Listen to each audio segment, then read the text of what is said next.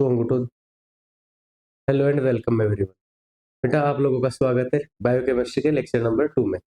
हमने last lecture में biochemistry का लेक्चर नंबर 1 कंप्लीट किया था। उसमें कंप्लीट स्ट्रक्चर कार्बोहाइड्रेट की पढ़ी थी और कार्बोहाइड्रेट के जो भी बायोकेमिस्ट्री उसको पढ़ा था। आज हम लोग पढ़ने वाले हैं प्रोटीन्स के बारे में। बेटा एक तो प्रोटीन्स होता क्या है?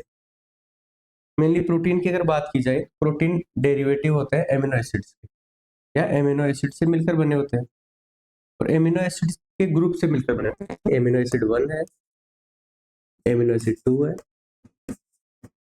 एमिनो एसिड 3, और ऐसे ही एक एमिनो एसिड को बहुत लंबी चेन प्रेजेंट होती है, इसको प्रोटीन का फॉर्मेशन करने का काम करती है। बेटा ये जो बॉन्ड प्रेजेंट होता है इनके बीच में, कौन सा? पेप्टाइड बॉन्ड प्रेजेंट होता है। कौन सा? पेप्टाइड बॉन्ड प्रेजेंट है। पेप्टाइड बॉन्ड बॉन्ड बनता किससे है? वाटर के निकलने से बनता है। पानी जब भी निकलता है पेप्टाइड बॉन्ड का फॉर्मेशन होता है एमिनो एसिड के बीच में। तो बेटा पानी निकलने की प्रोसेस को क्या बोला जाता है? डिहाइड्रेशन बोलते हैं। क्या? डिहाइड्रेशन बोलते हैं। अच्छा, ये जो एमिनो एसिड्स हैं, ये अलग अलग एमिनो एसिड प्रेजेंट होते हैं। मींस जो प्रोटीन की चेन होती है या प्रोटीन होते हैं, कैसे होते हैं? हेटेरोपॉलीमर होते हैं। कैसे? हेटेरोपॉलीमर स्ट्रक्चर होती है, ना कि होमोपॉलीमर स्ट्रक्चर है। ठीक है। अब बेटा ये सब जानने से पहले हम लोग एक चीज बात करें कि एमिनो एसिड होते क्या है एक्चुअली। एमिनो एसिड खुद क्या है, इसकी स्टडी के लिए अभी हम स्टार्ट करते हैं। Amino acid, amino acids are substitutes of methanes. Means जो मेथेन है अपना CH4 मॉलिक्यूल्स, कार्बन मॉलिक्यूल के साथ 4 हाइड्रोजन बॉन्ड बने हुए हैं, हाइड्रोजन के साथ सिंगल बॉन्ड बने हुए हैं। अब बेटा इसी की स्ट्रक्चर में क्या सब्स्टिट्यूशन किया जाए? अगर एक हाइड्रोजन को हटा के यहाँ पर क्या R ग्रुप लगा दिया जाए, means long chain of carbon. दूसरे को हटा के एसिड ग्रुप लगा दिया जाए और किसी एक हाइड्रोजन को हटा के यहाँ पर एमीन ग्रुप लगा दिया जाए, तो किसका फॉर्मेशन होता है? एमिनो एसिड का फॉर्मेशन होता है। बेटा इस एमिनो एसिड की जो चारों वैलेंसी अलग अलग मॉलिक्यूल सेटिस्फाई कर रहे हैं। मींस ये क्या है? अल्फा कार्बन है और कायरिल कार्बन है। मींस ये ऑप्टिकल एक्टिव कार्बन होता है। कौन सा? ऑप्टिकल एक्टिव कार्बन है। देखो, amino acid are substitute of methanes. There are 4 substituent group occupy the 4 valency position. चारों वैलेंसी पोजीशन को 4 अलग अलग ग्रुप ने कैप्चर किया हुआ है। These are hydrogen carboxyl group, amino group and variable group designed at R group. Designed as R group. R group कौन सा होता है बेटा? लॉन्ग चेन ऑफ कार्बन को क्या बोलते हैं? आर ग्रुप बोलते हैं। Amino acid are organic compound. कौन से होते हैं? ऑर्गेनिक कंपाउंड होते हैं। ऑर्गेनिक कंपाउंड मींस जिनके अंदर कार्बन प्रेजेंट होता हो। कंटेनिंग एन एमिनो, क्या क्या क्या होता है इनके अंदर? एक एमिनो ग्रुप प्रेजेंट है, एक एसिडिक ग्रुप प्रेजेंट है as a substituent on the same carbon. So the alpha carbon, इसलिए इसको क्या बोलते हैं? चारों अलग अलग कार्बन है, इसलिए इसको क्या बोलते हैं? अल्फा कार्बन भी बोला जाता है। Hence they are called alpha amino acid. कौन से एमिनो एसिड होते हैं? अल्फा एमिनो एसिड्स होता है। ठीक है बेटा। स्ट्रक्चर ऑफ प्रोटीन, जब प्रोटीन के स्ट्रक्चर की बात करते हैं तो किससे फॉर्मेशन होता है प्रोटीन मॉलिक्यूल्स का? बेटा दो अलग अलग या अलग अलग एमिनो एसिड के जुड़ने से एक लंबी चेन बनती है, उसी से इसका प्रोटीन का फॉर्मेशन होता है। जैसे ये क्या है? एमिनो एसिड 1 है,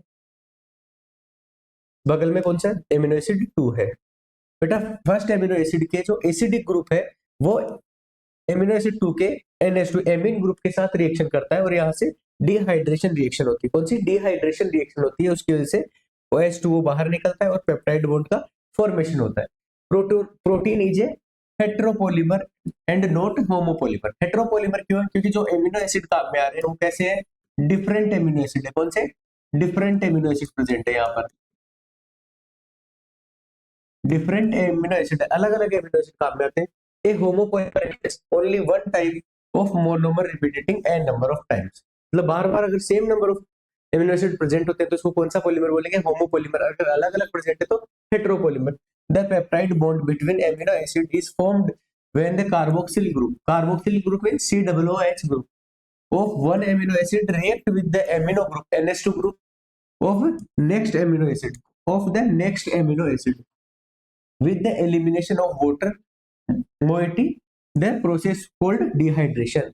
मीन्स जब दो amino acid first, amino acid second एक दूसरे के साथ रिएक्शन करते हैं तो एक का COOH ग्रुप दूसरे से NH2 ग्रुप आपस में रिएक्शन करते हैं और क्या करते हैं? वाटर को एलिमिनेट करने का काम करते हैं। जब जब वाटर निकलेगा तब तक पेप्टाइड बॉन्ड का फॉर्मेशन होगा। Amino acid first and amino acid second के बीच में एक पेप्टाइड बॉन्ड का फॉर्मेशन हो रहा है। और ये किस प्रोसेस से बन रहा है, डिहाइड्रेशन की प्रोसेस से बन रहा है। क्लियर। नेक्स्ट बात करते हैं, if A protein is imagined as a line, the left end represent the first amino acid and the right end is the last amino acid। Means अगर एक लॉन्ग चेन के रूप में बात की जाए, amino acid first, amino acid second, amino acid third, amino acid fourth. तो बेटा ये जो यहाँ का लेफ्ट एंड है, ये किस चीज को रिप्रेजेंट कर रहा है, फर्स्ट किसको रिप्रेजेंट करता है, राइट को, और द लास्ट किसको रिप्रेजेंट, सॉरी लेफ्ट एंड किसको रिप्रेजेंट करता है, फर्स्ट एमिनो एसिड को, और राइट एंड या लास्ट एमिनो एसिड लास्ट को बताता है। ठीक है, right and last amino acid को बताता है। ठीक है, the first amino acid is called an terminals, क्योंकि बेटा इस एमिनो एसिड का जो NH2 ग्रुप है वो कंप्लीटली फ्री है, यहाँ पर किसी भी तरीके के रिएक्शन में यूज नहीं हुआ है, यूज नहीं हुआ है तो इसको क्या बोला जाएगा, फ्री एमिनो एसिड प्रेजेंट है, यहाँ पर फ्री एमीन ग्रुप प्रेजेंट है, इसीलिए इसको क्या बोलते हैं, एन एंड। ठीक है, नेक्स्ट एमिनो एसिड, क्या जो लास्ट एमिनो एसिड है इसका कौन सा एसिड ग्रुप फ्री होता है, इसलिए इसको क्या बोलते हैं, कार्बन एंड या सी एंड या सी टर्मिनल मोल्स बोलते हैं। ठीक है, protein are heteropolymer containing the string of amino acids, biologist describe the protein structure at 4 level. कौन कौन से 4 लेवल से, primary structure, secondary structure, tertiary structure और क्वाटरनरी स्ट्रक्चर। प्राइमरी स्ट्रक्चर में क्या प्रेजेंट होता है बेटा, जो लॉन्ग सीधी चेन होती है उसी को क्या बोलते हैं, प्राइमरी स्ट्रक्चर बोला जाता है। कौन सी, प्राइमरी स्ट्रक्चर। अगर बेटा इसमें कुछ स्टेरिंग इंटरेक्स प्रेजेंट होता है और इसके बीच में आपस में मॉलिक्यूल्स के बीच में कुछ बॉन्ड्स प्रेजेंट हो जाते हैं, कौन से बॉन्ड बनेंगे उसकी बात हम आगे करेंगे। आपस में अगर मॉलिक्यूल्स के एमिनो एसिड्स के बीच में कुछ बॉन्ड आने लगते हैं तो इसको क्या बोलेंगे, सेकेंडरी स्ट्रक्चर। अगर अलग अलग दो सेकेंडरी स्ट्रक्चर के बीच में कुछ बॉन्ड प्रेजेंट है, इस प्रोटीन नंबर 1 की स्ट्रक्चर होगी और प्रोटीन नंबर 2 की स्ट्रक्चर है, तो बेटा दो अलग अलग स्ट्रक्चर के बीच में अगर आपस में बॉन्ड फॉर्मेशन हो रहा है तो इसको क्या बोलेंगे, टर्सरी स्ट्रक्चर। और क्वाटरनरी स्ट्रक्चर में क्या होगा, कंप्लीट प्रोटीन के ही दो अलग अलग मॉलिक्यूल के बीच में जो बॉन्ड प्रेजेंट होते हैं उसकी वजह से कौन सी बनती है, क्वाटरनरी स्ट्रक्चर का फॉर्मेशन होता है। देखो, primary structure of protein, primary structure is the description of basic structure of proteins. कौन सी बेसिक स्ट्रक्चर को कौन सी स्ट्रक्चर बताती है, primary structure. It refer to the sequence of amino acid in the polypeptide chain. एक लंबी chain के अंदर जो सीक्वेंस में प्रेजेंट होते हैं, लंबी पॉलीपेप्टाइड चेन के अंदर जो एमिनो एसिड एक सीक्वेंस में प्रेजेंट होते हैं, इसको कौन सी स्ट्रक्चर बोलते हैं, primary structure.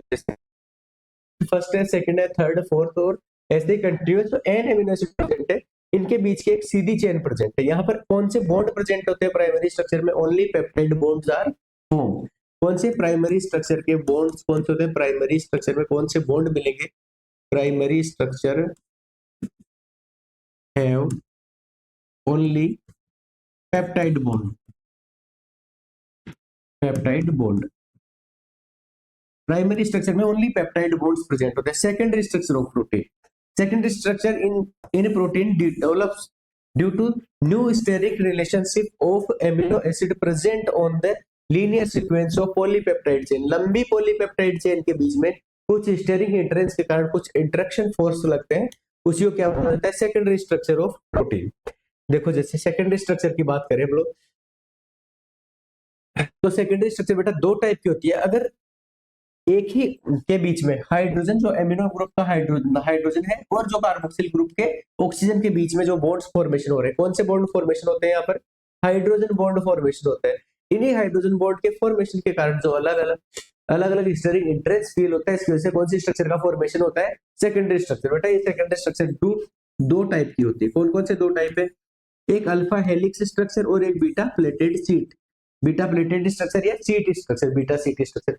Alpha helix structure क्या बोलती है, alpha helix of the carbonyl of one amino acid is hydrogen bonded to the amino H of amino acid that is the four down the chain। देखो एक ही chain के बीच में carboxyl group के oxygen और एमिनो ग्रुप के hydrogen के बीच में जो हाइड्रोजन बॉन्ड प्रेजेंट होते हैं, इनके वजह से जो बनने वाली स्ट्रक्चर उसको कौन सी स्ट्रक्चर बोलेंगे, अल्फा हेलिक्स स्ट्रक्चर बोलेंगे। This pattern of bonding pulls the polypeptide chain into A helical structure. कौन सी स्ट्रक्चर में पुल डाउन करते हैं इसको, हेलिकल स्ट्रक्चर में। That is resemble of A curved ribbon, एक कर्व हुई हुई रिबन की तरह दिखने वाली स्ट्रक्चर होती है। ये देखिए बेटा एकदम ऐसे रिबन की तरह कर्व हो रही है, तो इसको कौन सी स्ट्रक्चर बोलेंगे? अल्फा हेलिकल स्ट्रक्चर बोलते हैं। दूसरी बात करें beta pleated seat, in A beta pleated seat two or more segment of a polypeptide chain line up next to each other forming a sheet like structure held together by hydrogen bond. बेटा जब अलग अलग दो polypeptide chain के बीच में hydrogen bond का formation होता है तो कौन सी बीटा प्लेटेड शीट का फॉर्मेशन होता है। मींस यहाँ पर जो सेकेंडरी स्ट्रक्चर है उसमें कौन कौन से बॉन्ड प्रेजेंट रहेंगे? Secondary structure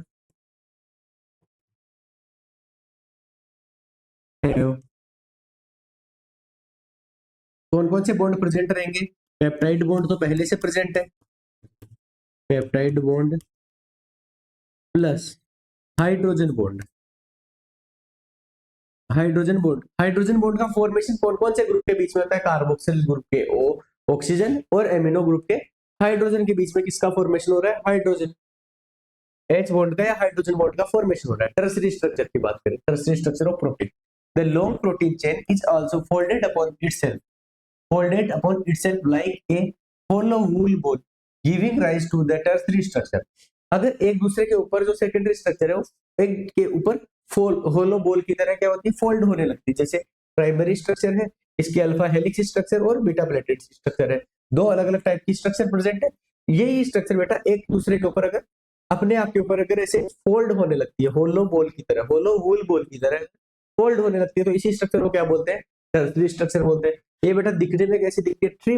three dimensional structure दिखती है। कौन सी? Three dimensional structure of protein दिखती है। ठीक है, that tertiary structure is primarily due to interaction between the R group of amino acid. किनके बीच में इंटरेक्शन होता है? जो अपने कार्बोक्सिल ग्रुप है या आर ग्रुप है, उसके कारण जो इंटरेक्शन बन रहे हैं उनकी वजह से ये टर्सरी स्ट्रक्चर विजिबल होती है। ठीक है, R group interactions that contribute to the tertiary structure. कौन से? आर ग्रुप के इंटरेक्शन किसमें करते हैं? कंट्रीब्यूट टर्सरी स्ट्रक्चर में कंट्रीब्यूट करते हैं। यहाँ पर कौन कौन से बॉन्ड प्रेजेंट होते हैं? Hydrogen bond, ionic bond, dipole interactions और हाइड्रोफोबिक इंटरेक्शन। कौन कौन से इंटरेक्शन प्रेजेंट होते हैं? Hydrogen bonding, ionic bonding, dipole interaction और हाइड्रोफोबिक बॉन्डिंग। इसी हाइड्रोफोबिक इंटरेक्शन, इसी के साथ में एक पेप्टाइड बॉन्ड की फॉर्मेशन होता रहता है टर्सरी स्ट्रक्चर में।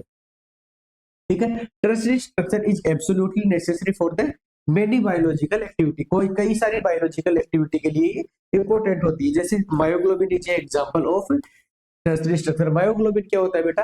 जो अपनी मसल्स होती है उनके अंदर ऑक्सीजन का ट्रांसपोर्ट करने में कौन काम में आ रहा है? मायोग्लोबिन काम में आता है। क्या मायोग्लोबिन काम में आता है? बेटा एक बार इसको थोड़ा सा रिवाइज करके फिर से देखते हैं।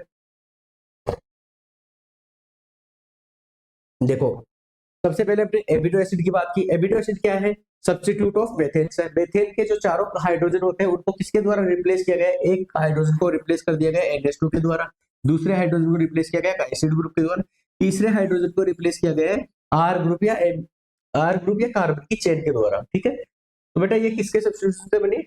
मेथिन ग्रुप के सब्स्टिट्यूशन से बनी है। ठीक है, अब बेटा जब इससे प्रोटीन का फॉर्मेशन हो रहा है तो एक एमिनो एसिड और दूसरे एमिनो एसिड के बीच में बॉन्ड बनेंगे। बॉन्ड कौन से बनेंगे? पेप्टाइड बॉन्ड का फॉर्मेशन होगा। किसकी हेल्प से होगा? डिहाइड्रेशन की प्रोसेस से होगा। डिहाइड्रेशन की प्रोसेस से होने वाला है। ये जो कार्बन का फॉर्मेशन हो रहा है, जो कार्बन प्रेजेंट है कहाँ? एमिनो एसिड के ऊपर, इसको कौन सा कार्बन बोलेंगे? अल्फा कार्बन या काइनेल कार्बन बोला जाता है। क्यों? क्योंकि इसके ऊपर जो चारों ग्रुप प्रेजेंट होते हैं वो कैसे होते हैं? अलग अलग ग्रुप होते हैं और ये ऑप्टिकली एक्टिव होता है। ठीक है, फिर बात करें स्ट्रक्चर ऑफ प्रोटीन की, तो इस प्रोटीन के स्ट्रक्चर में कौन कौन सी स्ट्रक्चर मिलती है? अपने को चार अलग अलग टाइप की स्ट्रक्चर मिलती है। कौन कौन सी? प्राइमरी, सेकेंडरी, टर्शियरी और क्वाटरनरी स्ट्रक्चर। प्राइमरी स्ट्रक्चर को क्या बोलेंगे? लॉन्ग चेन के जो फॉर्म में जो होती है उसको कौन सी स्ट्रक्चर बोला जाता है? प्राइमरी स्ट्रक्चर बोलते हैं। किससे बनती है? ओनली पेप्टाइड बॉन्ड के फॉर्मेशन से बनती है। ओनली पेप्टाइड बॉन्ड के फॉर्मेशन की वजह से बनती है। ठीक है, इसके बाद में आगे की बात करें सेकेंडरी स्ट्रक्चर। सेकेंडरी स्ट्रक्चर में किस चीज का फॉर्मेशन होता है? सेकेंडरी स्ट्रक्चर में हिस्टेरिक एंट्रेंस प्रेजेंट होते हैं। कौन से हिस्टेरिक एंट्रेंस प्रेजेंट होते हैं? किस किस के बीच में? एक एमिनो एसिड और दूसरे एमिनो एसिड के बीच में। कौन से मॉलिक्यूल्स के बीच में होते हैं? एक एमिनो एसिड का जो ऑक्सीजन ग्रुप है और दूसरे एमिनो एसिड का जो एमीन ग्रुप के हाइड्रोजन के बीच में हाइड्रोजन बॉन्ड का फॉर्मेशन होने लगता है। इसकी वजह से हिस्टेरिक एंट्रेंस बनते हैं और दो अलग अलग टाइप की स्ट्रक्चर का फॉर्मेशन होता है। कौन कौन सी दो अलग अलग टाइप की स्ट्रक्चर है? एक अल्फा सीट है, सॉरी अल्फा हेलिकल स्ट्रक्चर और दूसरी बीटा सीट या बीटा प्लेटेड स्ट्रक्चर है। क्लियर है? अब बात करें टर्सरी स्ट्रक्चर की, तो बेटा जब सेकेंडरी स्ट्रक्चर आपस में आर ग्रुप के इंटरेक्शन के कारण एक वूल लाइक स्ट्रक्चर का फॉर्मेशन कर लेते हैं, वूल क्या, वूल होलो वूल बोल लाइक स्ट्रक्चर का फॉर्मेशन करते हैं, तो इसमें कौन सा स्ट्रक्चर का फॉर्मेशन हो जाता है, टर्सरी स्ट्रक्चर का फॉर्मेशन हो जाता है। अपनी ये जो टर्सरी स्ट्रक्चर है इसमें कौन कौन से बॉन्ड प्रेजेंट होते हैं, सबसे पहले पेप्टाइड बॉन्ड प्रेजेंट है, इसके बाद में हाइड्रोजन बॉन्ड प्रेजेंट है, आयनिक बॉन्ड प्रेजेंट है, डाइपोल डाइपोल इंटरेक्शन प्रेजेंट है और हाइड्रोफोबिक इंटरेक्शन प्रेजेंट होते हैं। कौन से, हाइड्रोफोबिक इंटरेक्शन है, डाइपोल डाइपोल इंटरेक्शन है, आयनिक बॉन्ड प्रेजेंट है और हाइड्रोजन बॉन्ड प्रेजेंट है। अलग अलग टाइप के बॉन्ड्स प्रेजेंट होते हैं इसके अंदर।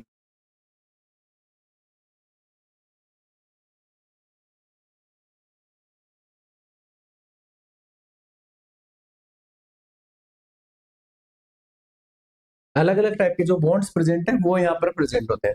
फिर बात करें एग्जाम्पल की, एग्जाम्पल में क्या, मायोग्लोबिन एक एग्जाम्पल है।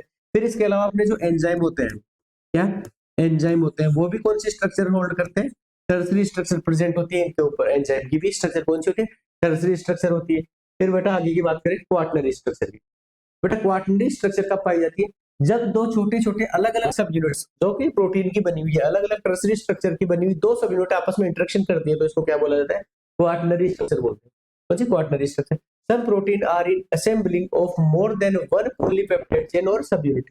कौन कौन सी, दो अलग अलग सब यूनिट्स के जुड़ने से जो स्ट्रक्चर का फॉर्मेशन हो रहा है उसको क्या बोलेंगे, क्वाटनरी स्ट्रक्चर बोलेंगे। Then the manner in which these individual folded polypeptides or subunits are arranged with the respect to each other, एक दूसरे के साथ में अरेंज हो जाती है। इसका एग्जांपल क्या है, हीमोग्लोबिन इसके लिए एक बहुत इंपॉर्टेंट एग्जांपल है। हीमोग्लोबिन में कौन सी स्ट्रक्चर प्रेजेंट होती है, क्वाटनरी स्ट्रक्चर प्रेजेंट होती है। हीमोग्लोबिन में बेटा कितनी एमिनो एसिड की कितनी चेन, सॉरी कितनी पॉलीपेप्टाइड चेन प्रेजेंट होती है, 4 पॉलीपेप्टाइड चेन प्रेजेंट होती है। कौन कौन सी स्ट्रक्चर होती है, 2 चेन अल्फा और 2 चेन बीटा टाइप की पॉलीपेप्टाइड चेन प्रेजेंट होती है, अल्फा चेन और बीटा चेन प्रेजेंट होती है। 4 यहाँ पर चेन्स प्रेजेंट है। क्या बेटा, जो दो बीटा चेन के अंदर क्या प्रेजेंट होता है, आयरन प्रेजेंट होता है, और जो अल्फा चेन्स होती है उनके अंदर हीम प्रेजेंट होता है। इसकी वजह से मिलकर क्या, किस चीज का फॉर्मेशन हो रहा है, हीमोग्लोबिन का फॉर्मेशन होता है। ठीक है, adult human haemoglobin consist of 4 सब यूनिट, कितनी, 4 सब यूनिट से मिलकर बना होता है। 2 of these are identical to each other, इनमें से 2 एक दूसरे के सिमिलर होती है। 2 सब units of alpha type and 2 सब units of beta type together constitute the haemoglobin molecules. इसका हीमोग्लोबिन मॉलिक्यूल का फॉर्मेशन करती है। अब बेटा आगे की बात करते हैं एंजाइम की। बेटा जब 2 अलग अलग चेन या टर्सरी स्ट्रक्चर बनती है तो उसमें क्या हो रहा है, टर्सरी स्ट्रक्चर के फॉर्मेशन के टाइम पर क्या होता है, जो कुछ जगह पर पॉकेट्स लाइक स्ट्रक्चर का फॉर्मेशन हो जाता है, जिसकी वजह से एंजाइम को वहां पर जुड़ने के लिए जगह मिल जाती है। उन्हीं को क्या बोलते हैं, एक्टिवेशन साइट या एक्टिव साइट्स बोली जाती है। चलो आगे एंजाइम की बात करते हैं। Most of the enzyme are protein, mostly enzyme क्या होते हैं, प्रोटीन होते हैं। An enzyme has a primary, secondary, tertiary and sometime quaternary structure. अलग अलग एंजाइम अलग अलग स्ट्रक्चर का अलग अलग स्ट्रक्चर होल्ड करते हैं। टर्सरी स्ट्रक्चर इसमें मोस्टली पाई जाती है। राइबोजाइम्स क्या होते हैं बेटा, न्यूक्लिक एसिड है जो कि एंजाइम की तरह बिहेव करता है। ये ओनली एंजाइम है जो नॉन प्रोटीन एंजाइम है। कौन से, राइबोजाइम्स ओनली प्रोटीन से, जो कि एक ओनली एंजाइम है जो नॉन प्रोटीन एंजाइम होते हैं। In a tertiary structure, in a tertiary structure the backbone of the protein chain fold upon itself, एक दूसरे के ऊपर फोल्ड हो जाती है, और the chain criss cross itself and hence many pockets are made, कई सारे पॉकेट्स बन जाते हैं। इन्हीं पॉकेट्स को क्या बोलते हैं, एक्टिव साइट बोलते हैं। एक्टिव साइट बोली जाती है। एक्टिव साइट पर क्या होता है बेटा, सबस्ट्रेट या सबस्ट्रेट जुड़ने की जगह होती है। जैसे ये एंजाइम है सुक्रेस, इसके ऊपर ये एक्टिवेशन साइट है, एक्टिव साइट है किसके लिए, सुक्रोज के लिए। ये क्या करेगा, इसके साथ, इसको अपने साथ बाइंड करवाएगा, बाइंड करवा के बाद में इसका क्या करेगा, हाइड्रोलाइसिस करेगा। क्या, हाइड्रोलाइसिस में वाटर की प्रेजेंस में इसको ब्रेक डाउन करेगा। ब्रेक डाउन करने के बाद में 2 अलग अलग ग्लूकोज और फ्रक्टोज मॉलिक्यूल में टूट जाएंगे, और अपना एंजाइम सेपरेटली फिर से अपने को फिर से नेक्स्ट रिएक्शन में काम में आने के लिए फिर से मिल जाएगा क्या, एंजाइम। तो बेटा किसी भी रिएक्शन में एंजाइम कभी भी यूज नहीं होते। ये बायोकेमिकल्स एजेंट्स होते हैं जो रिएक्शन को बढ़ाने की, रेट ऑफ रिएक्शन बढ़ा देते हैं। क्लियर है, किसी भी एंजाइम का फंक्शन क्या हो गया, ये रेट ऑफ रिएक्शन बढ़ाने का काम करते हैं। किस तरीके से बढ़ाते हैं, ये एक्टिवेशन एनर्जी को कम कर देते हैं। एक्टिवेशन एनर्जी को कम करने का काम कौन करते हैं, एंजाइम करते हैं। An active site of an enzyme is crevice or pocket into which the substrate fits, ऐसी जगह होती है एक्टिवेशन साइट जहां पर क्या होते हैं सबस्ट्रेट फिट हो जाते हैं। Thus the enzyme through their active sites catalysed reaction at high rate. इसी की वजह से क्या होता है एंजाइम अपने ज्यादा रेट के साथ या ज्यादा स्पीड के साथ इनको स्टेबल कर पाते हैं, सबस्ट्रेट से प्रोडक्ट का फॉर्मेशन कर पाते हैं। Enzyme catalyst differ from inorganic catalysts in many ways, but one major difference is that the inorganic catalytes work efficiently at high temperature and high pressure while enzyme get damaged at high temperatures। बेटा देखो जो inorganic कैटालाइस्ट होते हैं या enzymes, inorganic कैटालाइट या catalyst होते हैं वो क्या करते हैं हाई टेम्परेचर और हाई प्रेशर पे भी कंप्लीटली वर्क कर पाते हैं प्रेशर के साथ। लेकिन एंजाइम की जो स्ट्रक्चर होती है वो क्या होती है प्रोटीन के बने हुए होते हैं। तो प्रोटीन बेटा जो हाई टेम्परेचर और हाई प्रेशर पे क्या हो जाती है डैमेज हो जाती है, कोगुलेट हो जाती है। इसकी वजह से क्या होता है एंजाइम हाई टेम्परेचर और हाई प्रेशर पे वर्क नहीं कर पाते। इसके लिए क्या होता है अपने एंजाइम को वर्क करवाने के लिए ऑप्टिमम कंडीशन प्रोवाइड की जाती है। ऑप्टिमम कंडीशन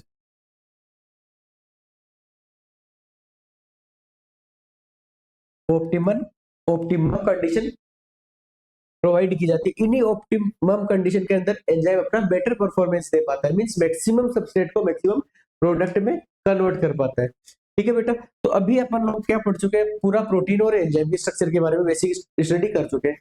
अभी अपनी बायोकेमिस्ट्री में एक लेक्चर और रिमेनिंग है, उसमें हम लोग किसके बारे में पढ़ेंगे लिपिड्स और विटामिन के बारे में पढ़ेंगे। और उसके बाद में बेटा नेक्स्ट क्लास से अपन एनिमल हस्बेंड्री स्टार्ट करेंगे। बेटा काफी एक लंबा गैप अपना हो गया था, लगभग 2 वीक के आसपास से क्लासेस प्रॉपर नहीं हो पाई है। लेकिन अभी क्या है आज के बाद में आपको कंटिन्यूअस क्लासेस मिलने वाली है अपने इसी चैनल के ऊपर एसीआई एग्री के ऊपर। ठीक है बेटा, तो जब तक आपकी एग्जाम होने वाली है उससे पहले हम लोग आपको कंप्लीट सिलेबस क्रैश कोर्स के फॉर्म में प्रोवाइड कर देंगे आराम से। बेटा सब्सक्राइब करते रहे और जुड़े रहे हमारे चैनल के साथ। बाकी की बातें नेक्स्ट लेक्चर में करेंगे। थैंक यू बेटा।